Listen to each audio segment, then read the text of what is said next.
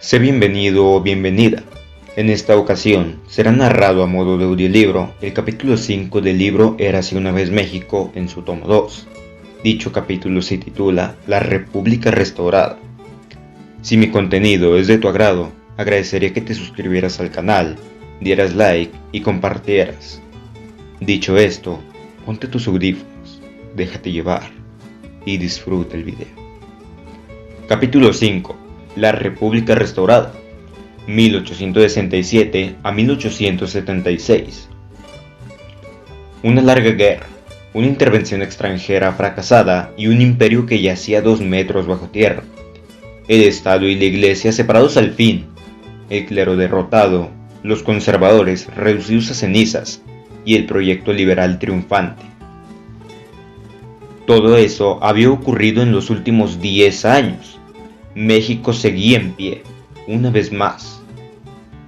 Aquel 15 de julio de 1867, cuando Juárez regresó a la capital, otra vez capital de la República, se respiraba cierto optimismo.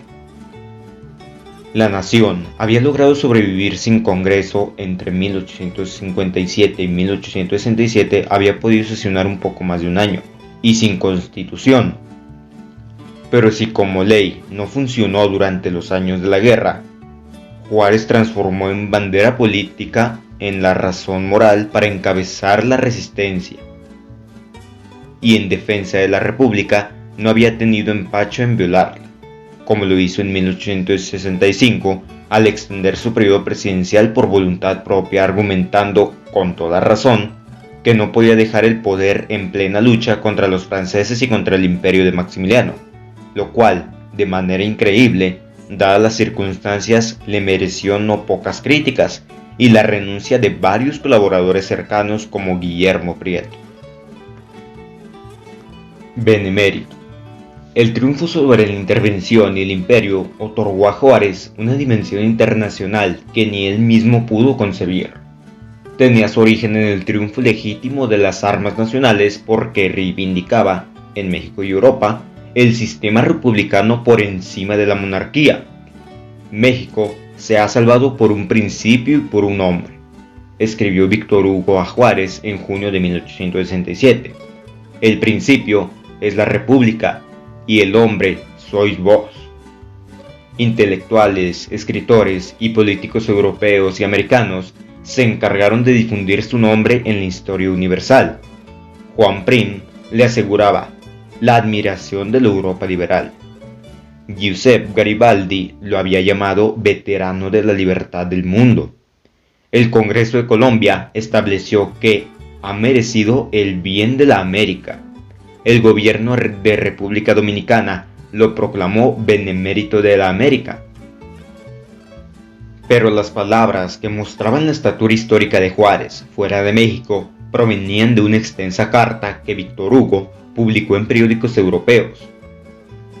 Europa en 1863 se arrojó sobre América, por una parte 2 imperios, por la otra un hombre con solo un puñado de hombres, un hombre arrojado de ciudad en ciudad, de pueblo en pueblo, de rancho en rancho, amenazado por la infame fusilería de los consejos de guerra, perseguido, errante, atacado en las cavernas como una bestia feroz, acosado en el desierto proscrito. Ni dinero, ni pan, ni pólvora, ni cañones. Los matorrales por ciudades, aquí la usurpación llamándose legitimidad, allá el derecho llamándose bandido.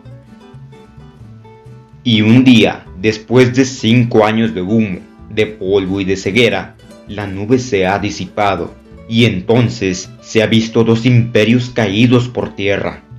Nada de monarquía, nada de ejércitos, nada más que la enormidad de la usurpación en ruinas, y sobre este horroroso derrumbamiento, un hombre de pie, Juárez, y al lado de este hombre, la libertad. Por eso, cuando aún se escuchaban los vítores y los aplausos por el triunfo de la República, era necesario restablecer la Constitución, convocar al Congreso y llamar a elecciones para saber si la sociedad ratificaba el mandato de Juárez o ya quería otro presidente. Para acabar pronto, era necesario que todo volviera a la normalidad, que la división de poderes, las instituciones y las leyes funcionaran. De ahí que el periodo fuera conocido como la República Restaurada. Con todo y el optimismo, Juárez comenzó con el pie izquierdo, o más bien, metió la pata por voluntad propia. En agosto de 1867 lanzó la convocatoria para las elecciones y propuso la realización de un plebiscito para reformar la Constitución, lo cual resultaba inconstitucional porque la Carta Magna no contemplaba ese procedimiento para ser reformada. El hombre que defendió la ley suprema del país en tiempos de guerra, ahora pretendía violarla otro poquito en tiempos de paz. Juárez aún no estampaba su firma en la convocatoria cuando las críticas de la prensa y el Congreso ya estaban a la orden del día. Severas, duras, bien argumentadas, irónicas e irreverentes de todo tipo. Periódicos como El Padre Cobos, La Orquesta, El Aguizote, El Monitor Republicano publicaron decenas de notas y caricaturas haciendo mofa del presidente, pero Juárez aguantó candela. Y a pesar de la popularidad de la que gozaba después del triunfo sobre el imperio, su propuesta fue rechazada rotundamente. Fue el escándalo político del segundo semestre de 1867. El problema no pasó a mayores. Las elecciones se verificaron. Juárez ratificó su mandato en la presidencia para el periodo 1867 a 1871, pero quedó claro que eran nuevos tiempos. Escuela Nacional Preparatoria. El 2 de diciembre de 1867, Juárez expidió una ley bajo la cual se creó la Escuela Nacional Preparatoria, que puso bajo la dirección de Gabino Barreda y ocupó el inmueble donde estaba el otro colegio jesuita de San Ildefonso. Fue una institución fundamental en la consolidación del liberalismo triunfante, pero sobre todo en la construcción ideológica del régimen porfirista, pues en sus aulas se educaron varias generaciones de estudiantes bajo la filosofía imperante en esos años, el positivismo de Augusto Comte, que marcó la educación en el último cuarto del siglo XIX y hasta principios del siglo XX, y que podría resumirse en el orden, paz y progreso porfirista. A partir de ese momento y hasta el final del periodo en 1876, la República vivió en una época en que la vida política estuvo marcada por el respeto a la división de poderes, como nunca antes se había visto, y a la libertad de prensa y por la capacidad política del Congreso para frenar las decisiones autoritarias del presidente, además de un respeto irrestricto a las libertades públicas y a los derechos políticos de la sociedad. Por algunos años, y en un hecho sin precedentes, los tres poderes de la Federación encontraron el punto de equilibrio y se manejaron con absoluta independencia. Pero lejos estaba la República de ser el país de las maravillas. Como era natural, al interior del grupo liberal comenzaron las divisiones. Los caudillos que habían ganado la guerra contra el imperio, inquietitos como siempre, sobre todo en tiempos electorales, no sabían estarse en paz y pusieron en aprietos a los gobiernos de Juárez, 1867 a 1872, y Lerdo de Tejada, 1872 a 1876. Durante el periodo se levantaron en armas personajes como Jerónimo Treviño en Monterrey, 1871, Porfirio Díaz en dos ocasiones, 1871 y 1876, Manuel Osada, conocido como el Tigre de Alica, caudillo agrarista de la región de Tepic, que fue fusilado en 1873, e incluso hubo un intento de golpe de estado en la misma Ciudad de México encabezado por el general Miguel Negrete, uno de los héroes del 5 de mayo, quien el 19 de octubre de 1871 se atrincheró en la ciudadela con varias decenas de hombres para tratar de derrocar a Juárez. La mano dura del presidente se hizo presente, y con su venida, el general Sosténes Rocha tomó a sangre y fuego la ciudadela, sometió a los sublevados y fusiló a varios de los militares golpistas, todo en la misma noche de levantamiento. Distintos pronunciamientos en otras regiones y en otros momentos propiciaron que de los 9 años que duró la República restaurada, durante 5 el país viviera bajo el régimen de suspensión de garantías y fuera gobernado con facultades extraordinarias. Los dioses del Olimpo. Para bien y para mal, la vida seguía su curso, y sin prestar mucha importancia a los dimes y diretes de la política, la gente seguía en sus asuntos. La cabeza parlante llamó la atención de propios y extraños que abarrotaron las butacas del Teatro Nacional en 1869. No era nada del otro mundo, pero para una buena parte de los espectadores era casi un acto surgido de alguno de los círculos del infierno. Como sea, el ilusionista George Stephenson llenaba el teatro para presentar su famoso espectáculo de ilusionismo y prestidigitación, y para el número estelar, la cabeza parlante hacía uso de una iluminación especial, cortinajes negros y espejos, escenografía con la cual hacía aparecer una testa en el escenario con la cual sostenía un grandioso diálogo. Soplaban aires modernizadores en tiempos de paz. A la sociedad le cayó de perlas el periodo de la República restaurada, y aunque hubo ciertos sobreasaltos por algunos pronunciamientos, en general el fantasma de la guerra había desaparecido de la conciencia de la sociedad. La situación económica era mala como consecuencia de la década en guerra por la que atravesó el país, pero la gente se las ingeniaba para ir pasando. La vida cotidiana recuperó su añeja tranquilidad. Los teatros se llenaban, la gente paseaba por la Alameda o Bucarelí, o se iba a Santa Anita e Iztacalco de fin de semana. Las notas periodísticas ya no hablaban del avance de tropas, la caída de alguna plaza o la muerte de los defensores de la República. Las noticias eran de lo más variadas. La atención de los lectores estuvo puesta durante varios meses en el cadáver de Maximiliano.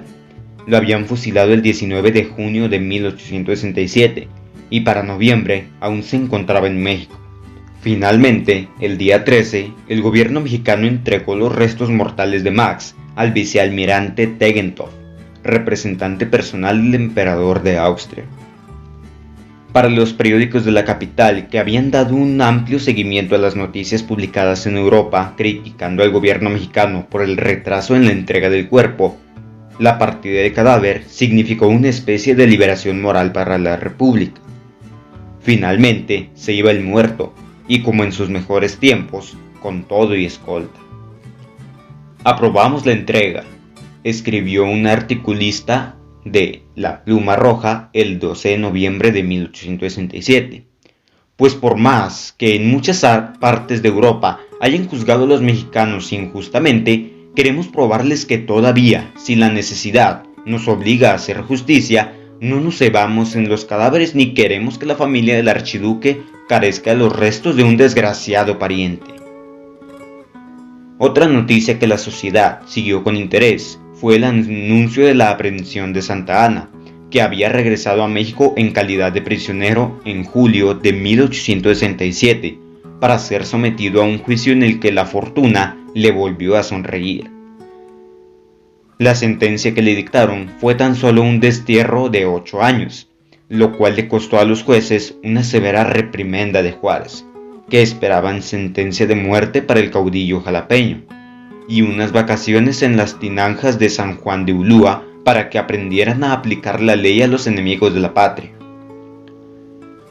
Una curiosa polémica se desató en septiembre de 1867 y ocupó las páginas de varios periódicos. No se confirmaba aún la orden del gobierno del Distrito Federal de sacrificar a los perros callejeros, cuando varias plumas salieron a relucir para defender al más fiel de los animales. Un periodista de la orquesta argumentaba: los perros de México son buenos y humildes como el pueblo, pero son calumniados vilmente por los aristócratas como lo es toda la nación.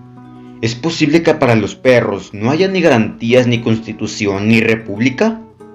Otro escritor afirmaba: el perro es el animal más inteligente, todo bondad, generosidad y amor. Uno más se atrevió a proponer una contribución forzosa de los perros ricos para mantener a los canes desposeídos. Luego de varios días de agitada polémica, el gobierno desmintió la información y cientos de perros continuaron aciolándose en las aceras, cuales perros milperos, muy tranquilos y creyendo a pie juntillas la frase del momento: Dios hizo al hombre y disgustado de su obra, creó al perro. Pacto con el diablo. A finales de la década de 1860 todavía era posible recorrer el lago de Texcoco en barcos de vapor. Vapores como Moctezuma, Nevada o Nezahualcóyotl significaron horas de recreo y diversión para la sociedad entera. En 1869, el vapor Cuauhtémoc realizó 6 viajes de prueba antes de invitar al presidente Juárez a realizar un recorrido por el lago. Entre cuetones y música, don Benito fue despedido en el muelle de la Viga. El vapor avanzaba arrojando su espesa estela de humo blanco cuando un gran estruendo sacudió a los invitados. Una de las calderas había estallado. No hubo muertos, pero sí un buen susto. Al hacer la crónica del siniestro en el periódico El Renacimiento, Ignacio Manuel Altamirano escribió: «Llama la atención la buena fortuna del presidente, quien sale siempre ileso de todos los peligros. Al parecer, don Benito tenía pacto con el diablo». Pero el acontecimiento que marcó toda una generación fue la llegada a México del famoso Cancán. El 22 de junio de 1869, la compañía de Gastambide estrenó en México Los Dioses del Olimpo, arreglo de Orfeo en los infiernos. Aquello fue la victoriosa entrada de Cancán en México, escribió Enrique Olvarreria y Ferrari. El público se salió maravillado por la música, el movimiento provocativo de los cuerpos femeninos, el colorido, la pasión y la entrega que pudo admirar de las artistas de la compañía. La llegada del Cancán provocó sentimientos encontrados entre la sociedad y desató grandes polémicas. Cuestionamientos de orden moral y ético salieron a la luz pública. Para los críticos refinados era tan solo entretenimiento, no arte, y un entretenimiento vulgar que sacaba los instintos más primitivos del público masculino, ya que el Cancán comenzó a presentarse en todo tipo de teatros, desde el Nacional hasta en los llamados jacalones, que eran carpas improvisadas y miserables en lugares públicos. El Olimpo mexicano. En la década de 1870 se levantó un jacalón en la Alameda que fue conocido como el Olimpo. Presentaba cancanes y zarzuelas, así como otras novelas como actos de magia, prestidigitadores, trapecistas. Allí el Cancán llega a lo increíble, señalaba una crónica de febrero de 1875. Los gritos, las vociferaciones y las obscenidades alcanzan un grado culminante. Noche a noche el público y los actores arman zambras colosales, y aquello, más que teatro, es una orgía de la escena en que despliegan sus indecencias unas Venus de cera de Campeche y unos Apolo y Júpiter de papel de estraza. De ningún modo el Cancán podía compararse con las grandes compañías teatrales dedicadas al arte dramático, y sin embargo, en momentos económicos y políticos difíciles como los que vivió la sociedad durante la República restaurada, el público prefería ir al teatro a divertirse y a relajarse, a olvidarse por unas horas de sus problemas. El arte dramático está en eclipse frente al espectáculo corruptor de la zarzuela y el Cancán, apuntó el cronista, escritor y periodista Ignacio Manuel Altamirano. En una de las funciones en el Teatro Nacional, luego del éxito de Amalia Gómez, la orquesta terminó con un popurrí musical, compuesto por fragmentos de óperas y zarzuelas. El público escuchó en absoluto silencio las notas musicales de Fausto, Hernani y el Trovador. Pero cuando comenzó a tocar la música del segundo acto de Los Dioses del Olimpo de Offenbach, el Cancán por excelencia, el público aplaudió a rabiar y volvieron la vista hacia el palco donde se encontraba la canquenera del momento, Amalia Gómez. La orquesta tuvo que repetir el cancán ante la euforia del público. La Gómez se convirtió en la diosa de la época, la actriz de moda. El cancán había destronado el arte dramático, era lo único que llevaba público a los foros.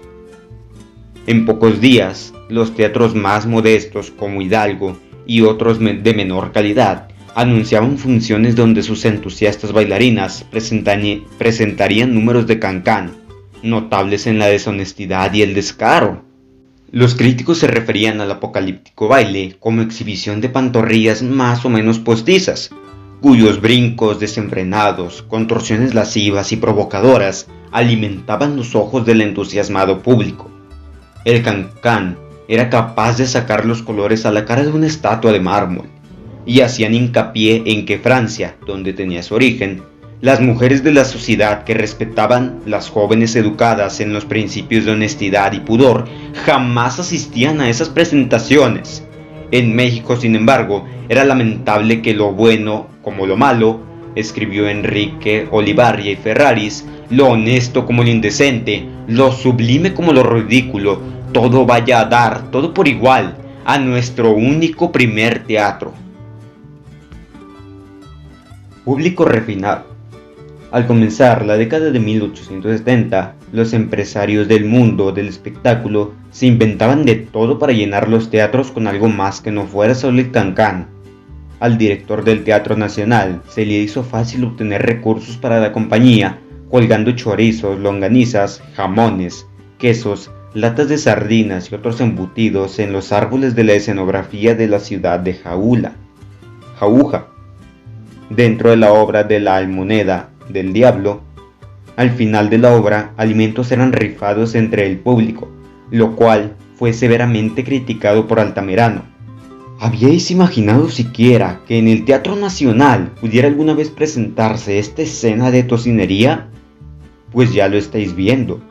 Parece que esta tarde van a rifarse tortas compuestas. Nada tendrá ya que envidiar el teatro en que han cantado las Santoji y Salvi, Marini y Peralta. Y sin embargo, el público acude en masa. No hay duda de que el gusto del público mexicano se refina cada día más. A un año de su incursión en México, el cancán había echado raíces en el gusto del público. Se ha generalizado con la rapidez de cólera, escribió el crítico Luis G. Ortiz en 1870. La gente lo silbaba y lo cantaba, y cualquier crítica era mal vista por el público. Con estúpido descaro se habla de los desenfrenados cancanes de circo, continúa Ortiz, del Nacional o del Principal, y las localidades se agotan cuando se sabe que las bailarinas van a estar sublimes en desvergüenza y de delirio, que las faldas subirán hasta el cuello y que sus parejas revelarán en sus contorsiones todos los misterios de la incontinencia. Verdaderamente es extraño que el pueblo que baila el jarabe se haya apasionado tanto de ese cancán de bacantes de figón y malventuradas gitanas.